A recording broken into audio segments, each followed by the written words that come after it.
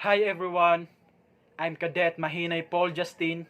This video, I will make a reflection or understanding on the following topics. Number 1, what is marine environment?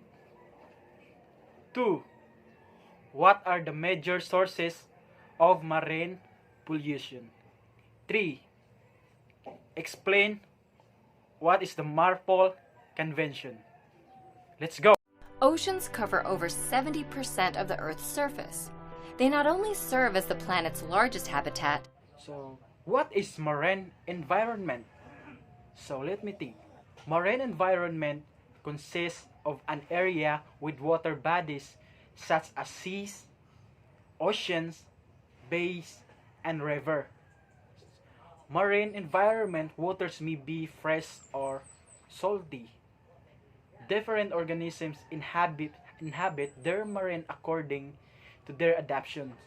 For example, most seas creatures live in fresh water, while plants can grow in both freshwater and saline water. Sources of marine pollution, its impact, hazard to human, animals, and shipping industry. Marine pollution is a growing problem in today's world. Our ocean is being flooded with two main types of pollution, which is chemical and trash. So, let's talk about chemical contamination or nutrient pollution. Is concerning for health, environmental, and economic reasons. This type of pollution occurs when human activities, notably the use of fertilizer on farms, lead to the runoff of chemical into waterways that ultimately flow into the ocean. The increased concentration of chemical such as nitrogen and phosphorus in the coastal ocean promotes the growth of algal blooms, which can be toxic to wildlife and harmful to humans. The negative effects on health and the environment caused by algal blooms hurt local fishing and tourist industry. So next, marine trash. Marine trash encompasses all manufactured products. Most of them is plastic that end up in the ocean, like littering, storm winds, and poor waste management all contribute to the accumulation of the debris, 80% of which come from sources on land. Common types of marine debris include various plastic items like shopping bags and beverage bottles.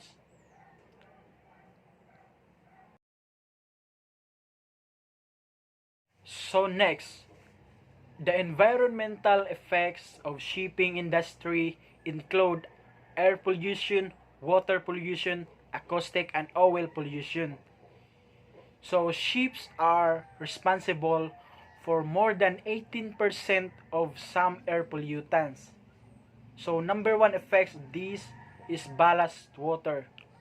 Discharge by ships can have a negative impact on the marine environment, like cruise ships, large tankers, and bulk cargo carriers use a huge amount of ballast water, which is often taken on the coastal waters in one region after ship discharge wastewater or unload cargo and discharge at the next port of call wherever more cargo is loaded.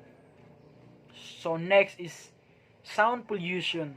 So sound pollution is the major effects, like noise pollution caused by shipping and other human enterprises has increased in recent history.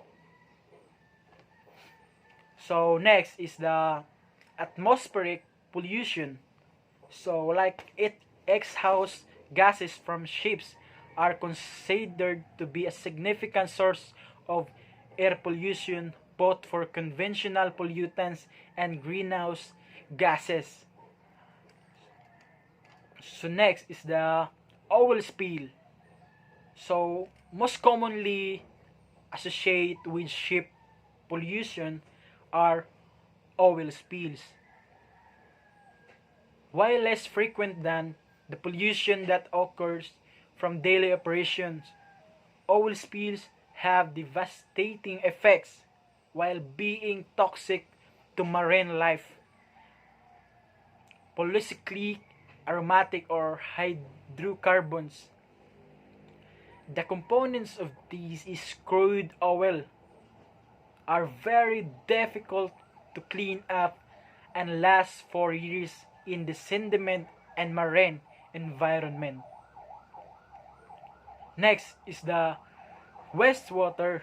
The cruise line industry dumps of 255 US gallons of gray water and 330,000 US gallons of black water into the sea every day.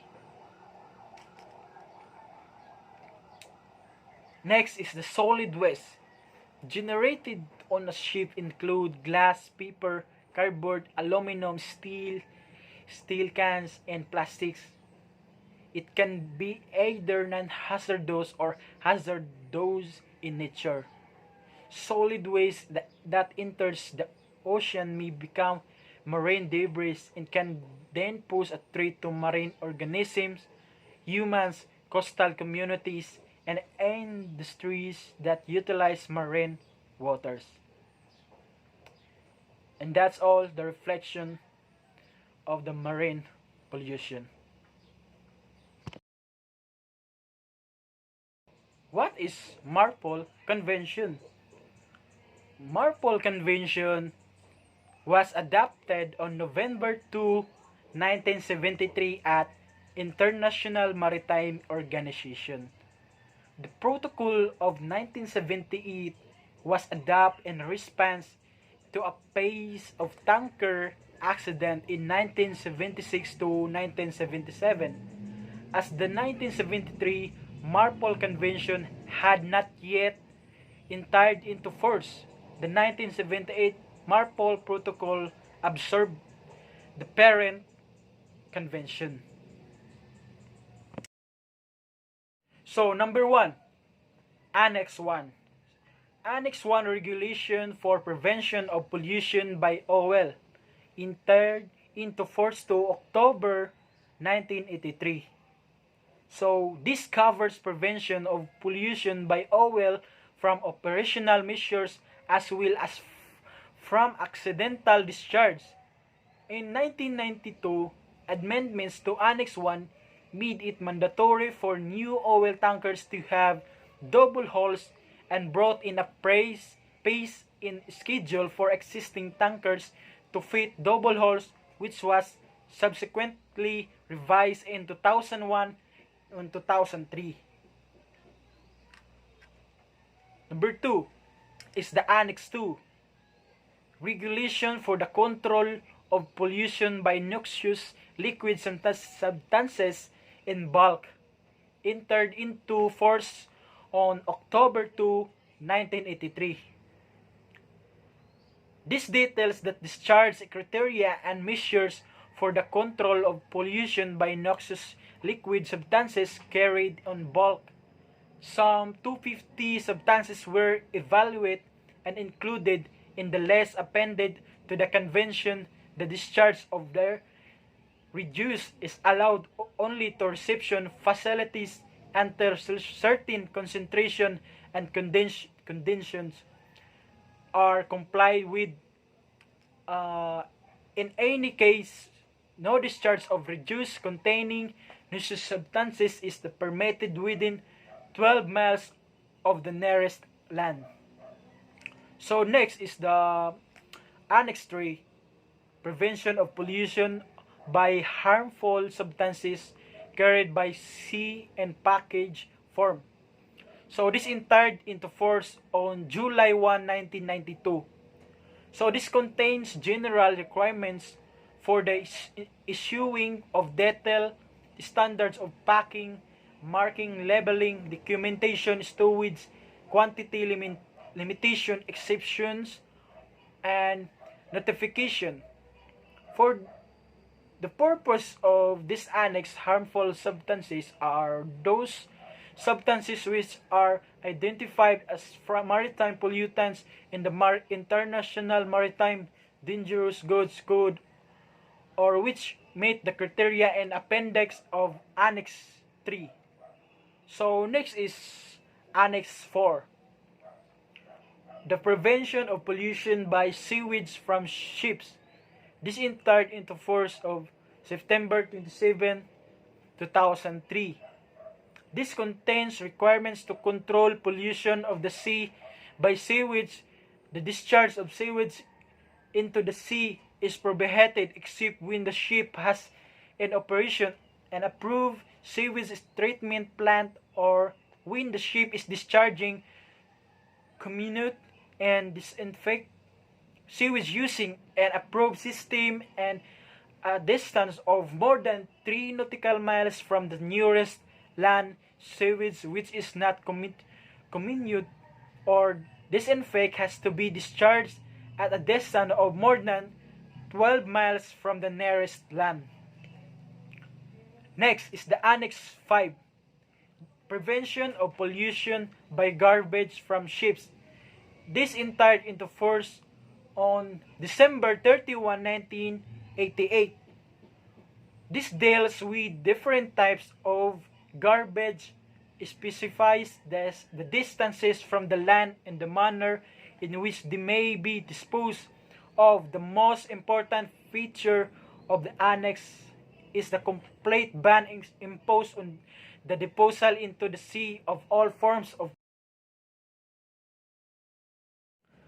So the last is the Annex 6. Prevention of air pollution from ships. This entered into force on May 19, 2005. This sets limits of sulfur oxide and nitrogen oxide emissions from ship exhaust and prohibits deliberate emissions of ozone depleting substances. This designated emissions control areas set more stringent standard for SOx or NOx and particulate matter.